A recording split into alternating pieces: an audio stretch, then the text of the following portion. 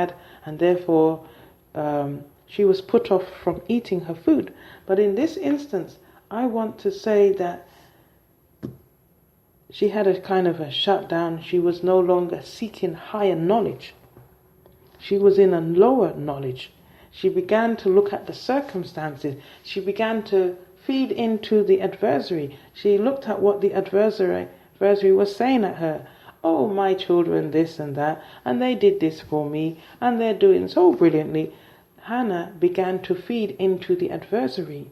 She did not look up and take the divine knowledge that she is awesome, that she's loved by the Lord, and the Lord has a promise to redeem her and to save her, and there's none other than Him. You see, she didn't. The eat means divine knowledge, divine revelation. So Hannah looked at the adversary, and I can confess that in my relationships, whether it's my parents, my siblings, the relatives, and the friendship and companions in my life, I have a tendency to look at the adversary. So I don't eat and I weep. But then if I went into the divine revelation, into divine knowledge, then I wouldn't even see the adversary and give no power to the adversary.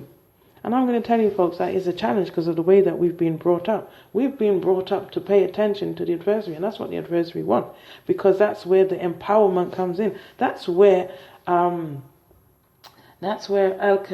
Peninnah got her empowerment. She felt weak with her husband because he did not give her the love that she saw he gave to her rivalry. And in that loss, she wanted to build up empowerment. So by taunting Hannah, that gave her a false sense of security, a false sense of build-up. Because Hannah